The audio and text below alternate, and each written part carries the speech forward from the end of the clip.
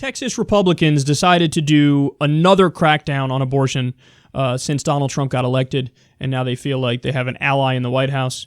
Huffington Post explains here. State Representative Byron Cook proposed legislation that would require women to cremate or bury the remains of a fetus after an abortion or a miscarriage. The bill, similar to one signed by Vice President-elect Mike Pence when he was governor of Indiana, threatens to fine health providers and remove their medical licenses if they don't comply.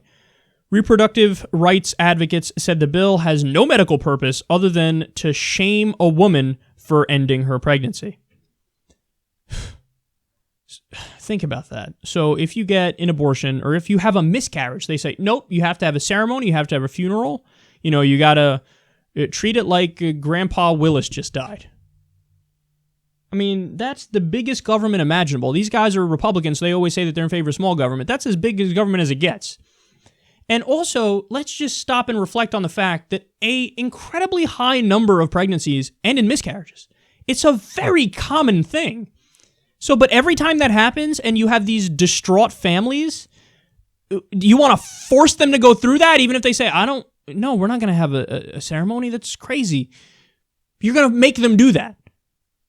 And furthermore, when we talk about abortions in the United States, I mean, I've given these numbers before, but according to the Guttmacher Institute, who does great research on this stuff, it's something like 95% of abortions in the U.S. or 98% of abortions happen before 23 weeks. And again, like 85 or 90% happen before 12 weeks. So for those of you who don't understand what that means, it's very simple. Virtually all the abortions in the United States happen before fetal viability and happen before the nervous system is developed. So in other words, there's no pain. The fetus would not be able to live on its own.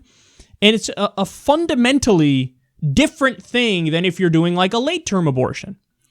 And in the U.S., you're allowed to regulate that stuff, but, you know, the only exceptions would be like if the life of the mother was in danger, so you need to do an abortion, or if there's a fatal defect in the fetus, and they won't make it anyway. So what we have is a kind of middle-of-the-road, moderate abortion policy that is reasonable, but these guys are saying, no, even if you're talking about a gamete or a zygote or a pregestation fetus or any of that, we're going to force you to treat it like your brother died at age 42. I mean, that's just unbelievable. And then they also say a second abortion restriction proposed by State Representative Matt Schaefer would remove an exception in the state's 20-week abortion ban for severe fetal abnormalities or severe fetal anomalies. So if a woman discovers after 20 weeks of pregnancy that her fetus has a life-threatening medical condition, such as a brain malformation, she would be forced to carry the pregnancy to term. Oh my goodness. They're going to force women to have stillbirths where the baby's dead. And they're going to force women, they're saying, even if it's a fatal defect in the fetus and they're going to die, the fetus is going to die. They say, no, we're not going to allow you to have an abortion if it's late term, even in that instance. So even if when you tell them, no, the fetus isn't going to make it, they go, I don't care. And we're going to force you to carry it. And by the way, sometimes that puts the life of the mother is in danger also. What are you going to do? You're going to say, I don't care. The mother's life has to be in danger. We're going to force you to carry it.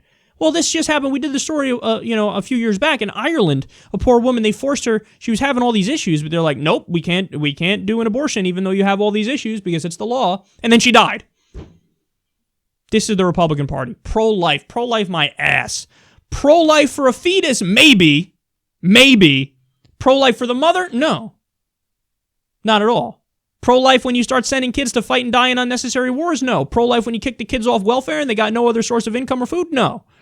So spare me your contradictions and your hypocrisy. Pro-life when you support the death penalty? No. So this is just ideological garbage. And by the way, a lot of them believe it because of their religion.